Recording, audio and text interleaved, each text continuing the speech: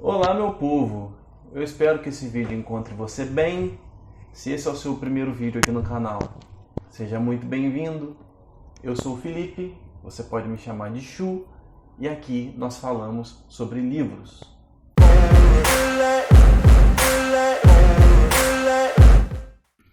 Antes da gente falar propriamente sobre as Crônicas de Nárnia, eu gostaria que você se inscrevesse no canal, clicasse aí no botão de curtir, comentasse, compartilhasse com seus amigos, porque isso vai ser muito, muito importante para mim. Então estava pensando em como fazer para contar essa história, para fazer essa resenha de As Crônicas de Nárnia. E eu decidi fazer 3 vídeos a respeito desses livros. Um vai ser com o Sobrinho do Mago, falando sobre a criação de Nárnia. Um vai ser sobre o Leão, a Feiticeira e o Guarda-Roupa, que é uma espécie de plano de salvação dentro do mundo de Nárnia. E um vai ser com a Última Batalha, que é uma espécie de apocalipse de Nárnia. As Crônicas de Nárnia é uma série de 7 livros contadas em forma de fábula. É muito importante ressaltar que é em forma de fábula e não em forma de alegoria. Isso é muito importante por quê? Porque como não é uma alegoria, não são todos os pontos que existem dentro do mundo de Nárnia que têm correspondência com o mundo real. Eu acredito que todo mundo sabe, ou pelo menos a grande maioria sabe, que as Crônicas de Nárnia tem um paralelo muito forte com o cristianismo. É uma forma como o C.S. Lewis escreveu para falar de Cristo para criança, assim, uma relação para contar a história bíblica, a história de Cristo para crianças. Então eu já vou avisar, teremos sim spoiler nesse vídeo. Então a gente começa com o Sobrinho do Mago, que é, como eu falei para vocês, a penúltima história escrita, mas é a primeira em ordem cronológica. O Sobrinho do Mago conta a história de 2 crianças, Dígore e Polly. O Dígore é um menino que foi morar com os tios porque a mãe dele estava muito doente. Então ele vai morar com os tios e ele tem uma vizinha chamada Polly. Eles começam a brincar como qualquer criança, né? E eles descobrem uma espécie de passagem que passava meio que por cima de todas as casas da vizinhança. E eles começam a brincar assim, um dia eles entram em uma casa, em outro dia eles entram em outra casa, até que um dia eles caem numa espécie de laboratório do tio André. Tio André era um tio do Dígore que tinha uma espécie de poder mágico, ele era uma espécie de mago e estudante de magia. Então esse mago, tio André, aparentemente desenvolveu anéis que têm o poder de levar as pessoas para outro mundo. Só que ele era um cara muito medroso e tinha medo de usar esses anéis para ver se eles realmente funcionavam. Então, quando essas crianças caem nesse lugar onde o tio André faz esses experimentos, ele resolve usar essas crianças como cobaia. Então, ele coloca o anel nas crianças e descobre que realmente esses anéis funcionavam e essas crianças são enviadas para um lugar chamado Bosque Entre Mundos. Então, aí a gente já descobre alguma coisa sobre Nárnia, que é o fato de que, para acessar Nárnia, para chegar até Nárnia, a gente precisa de um portal ou da intervenção do próprio Aslan para chegar até Nárnia. Então, eles são enviados para um bosque entre mundos, e ao chegar lá eles se deparam com vários rios, assim, vários lagos. Então, daqueles lagos, entrar em algum daquele lago significava uma viagem para um outro mundo. Então, eles escolhem um daqueles lagos, entram em um daqueles lagos e são transportados até o mundo de Sharn. Então, ao entrar em Sharn, eles acabam conhecendo uma espécie de castelo e eles começam a observar naquele castelo e as criaturas, as pessoas estavam imóveis, pareciam estátua de cera.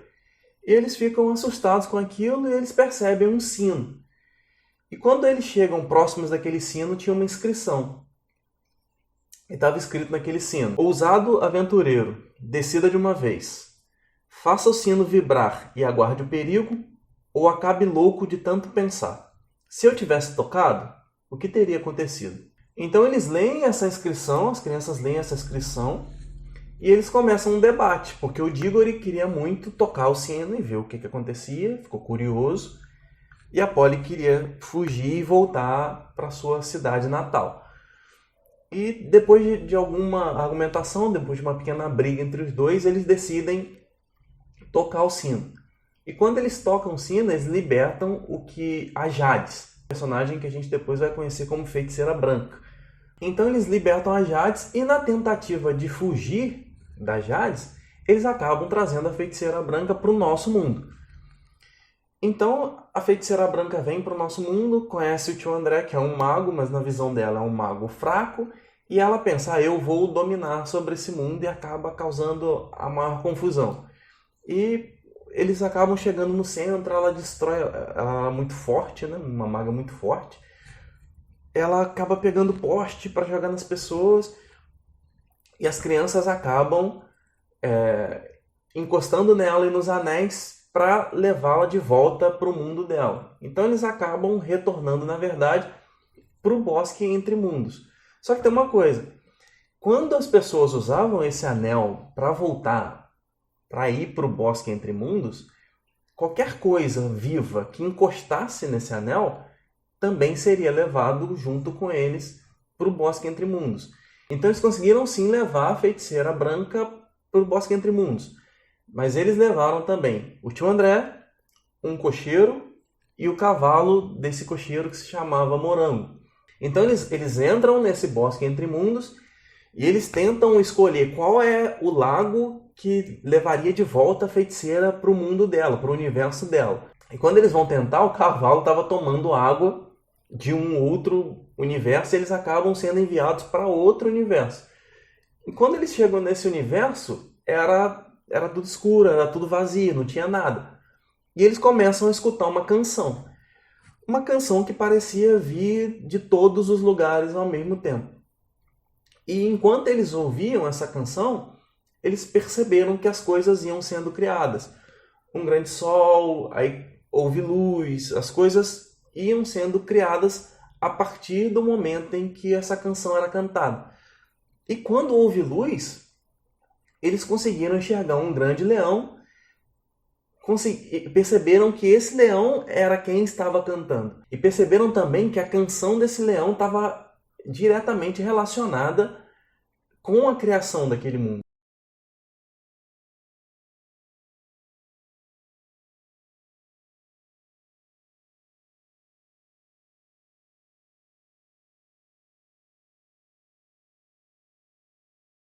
Eles percebem que essa canção estava sendo cantada por esse leão majestoso, e esse leão é o criador e protetor de Nárnia, chamado Aslan. Então, durante a criação ali de Nárnia, a feiticeira, muito incomodada com essa canção e com a criação de Aslan, tenta atacá-lo.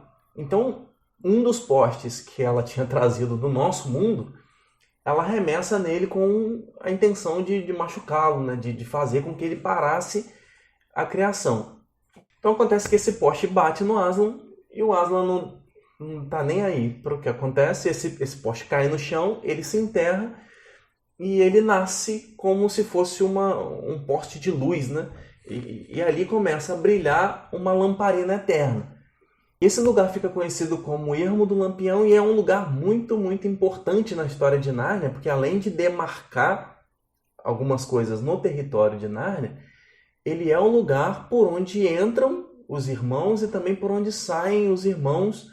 Na história, o leão, a feiticeira, o guarda-roupa. Então, após a criação de Nárnia, o Aslan faz aparecer a esposa, faz milagrosamente aparecer a esposa desse cocheiro, e nomeia o cocheiro e a esposa do cocheiro como rei e rainha de Nárnia, e faz com que eles prometam que vão governar Nárnia em paz, sobre as criaturas falantes, as não falantes, etc. E também dá uma missão para o Digory. O Digory tinha que ir num jardim específico e recuperar uma maçã para que a feiticeira branca não tomasse essa maçã. Então o Diggory vai, recupera essa maçã e traz de volta para o Aslan. Então quando ele traz essa maçã de volta para o Aslan, eles plantam essa maçã na beira de um rio e automaticamente cresce uma macieira cheia de frutos. Como retribuição de Aslan ao serviço, ao fato do Diggory ter ido lá buscar essa maçã, ele pega um fruto, dá para o Diggory para que o Diggory traga para o nosso mundo e esse fruto cure a mãe do Diggory. Então ele volta para o nosso mundo, entrega o fruto para a mãe dele come desse fruto, fica bem, melhora da saúde. Ele guarda a semente desse fruto e planta no quintal. Nasce uma macieira muito grande no quintal dele e posteriormente numa tempestade essa macieira acaba sendo destruída. Ele pega essa macieira, pega a madeira dessa macieira e usa para construir um guarda-roupas, que também vai ficar muito importante na nossa história, que passa a ser posteriormente o portal para a entrada das crianças no mundo de Nárnia. Então é isso, meu povo. Essa é a história da criação de Nárnia, que está contida dentro do livro O Sobrinho do Mago. Eu espero que você tenha gostado de saber como é que foi a criação de Nárnia, se você ainda não sabia. Se você gostou, clica aí no curtir, se inscreva no canal, clique no compartilhar com seus amigos, que isso vai ser muito, muito, muito importante para mim. E a gente se vê semana que vem com a história de O Leão, a Feiticeira e o Guarda-Roupas.